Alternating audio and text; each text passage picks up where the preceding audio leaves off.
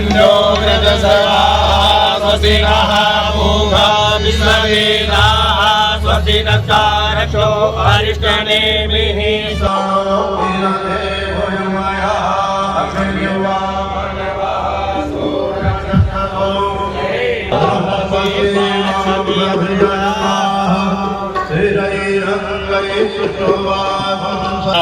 पूषा विश्ववेदाः स्वस्ति नस्तारक्षो अरिष्टनेमिः स्वस्ति नो बृहस्पतिर्दक्षामसरितं अर्चपणं वरुणो सोममसविना सरस्वती नः शुभकामयस्करत तन्नो बाहुवेकदन्तन्माता पृथिवीतपिता यो भद्रावाणः सोमसुतो मयो भुवस्तदस्मिना श्रीणुनन्दजया जुवं माधवीसारं जगतस्तस्तु गणपतिर्धियञ्जन्वमवसे भूमहे वयं मा भूभानो जायुरनन्दः स्वस्ताये स्वस्ति न इन्द्रो वृद्धश्रवाः स्वस्ति नः पूषा विश्ववेदाः स्वस्ति नस्तारक्षो अरिष्टनेमिः स्वस्ति नो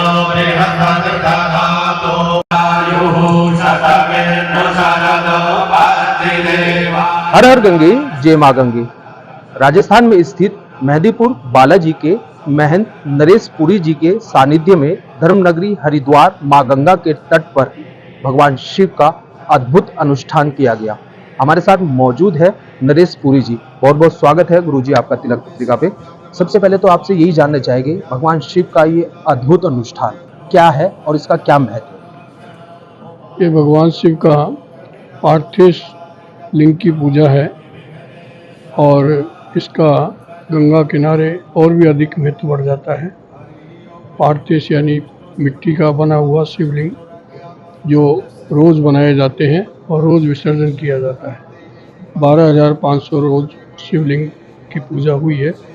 कुल 3,19,000 शिवलिंग की पूजा हुई है। उसके साथ में और भी अनुष्ठान यहाँ चले हैं।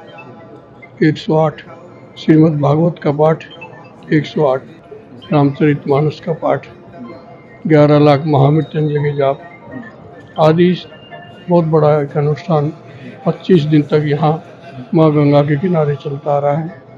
इससे विश्व शांति और लोक कल्याण के लिए यह अनुष्ठान किया गया है। गुरु जी जो अनुष्ठान किया गया उसमें मिट्टी का ही क्यों प्रयोग किया गया? मिट्टी का प्रयोग इसलिए कि इसको पार्थिव शिवलिंग चिंतामणि बोलते हैं और इसमें मिट्टी का ही महत्व क्योंकि उसका नाम ही पार्थिव पूजा है इसलिए। गुरु जी कितना अनुष्ठान जो ये हुआ है कितना सार्थक होता है और समाज के लिए कितना महत्वपूर्ण होता है? इससे बनी हुई मूर्तियों का विसर्जन नहीं होता। मिट्टी से बनी हुई मूर्तियों का विसर्जन का महत्व है। कितना महत्वपूर्ण हो जाता है इस तरह के अनुष्ठान समाज के? ये बताने की बात नहीं है, ये तो एहसास करने की बात है क्योंकि देखने में नहीं आता कि कितना है, इसका कोई प्रमाण नहीं होता। लेकिन रोज़ आनंद की जब अनुभूति होती है तो उससे एहसास होता है कि हम हमारे अनुष्ठान में सफल हुए हैं। तो गुरु जी माना जाए भगवान शिव की कृपा ऐसे अनुष्ठान से जल प्राप्त होती है? बिल्कुल होती है। वैसे तो भगवान शिव की पूजा किसी भी रूप में कैसे भी की जा सकती है और पूजा तपस्या अपने अपने बल अपने अपने सामर्थ्य के अनुसार अपने अपने भाव के अनुसार की जाती है। गुरु जी भगवान शिव तो एक लोटे जल से भी प्रसन्न हो जाते हैं, तो इस तरह के इतने बड़े अनुष्ठान करने की क्या आवश्यकता है? आपके घर में जब शादी विवाह होती है तो कन्या के फेरे एक अग्नि से भी हो जाते हैं, तो उसके लिए करोड़ों रुपए खर्च क्यों किए जाते हैं?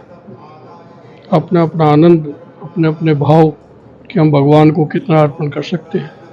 तो इसमें कौन लोग भाग ले सकते हैं और कैसे हम इस अनुष्ठान को अपने घर में भी कर सकते हैं, अगर हमारे दर्शकों को आप बताना चाहें? आप घर में भी इस अनुष्ठान को कर सकते हैं और भावना से कहीं भी किया जा सकता है, कोई भी कर सकता है। बिल्कुल जिस तरह से गुरुजी द्वारा बताया गया है, इस अनुष्ठान को अगर करा जाए तो भगवान शिव की कृपा आप पर अपार बरसती है और माँ गंगा के तट पर किया गया ये अनुष्ठान देश और समाज के लिए काफ़ी फलदायक होगा। देश के पहले धार्मिक न्यूज चैनल तिलक पत्रिका के लिए हरिद्वार से मैं आशु शर्मा।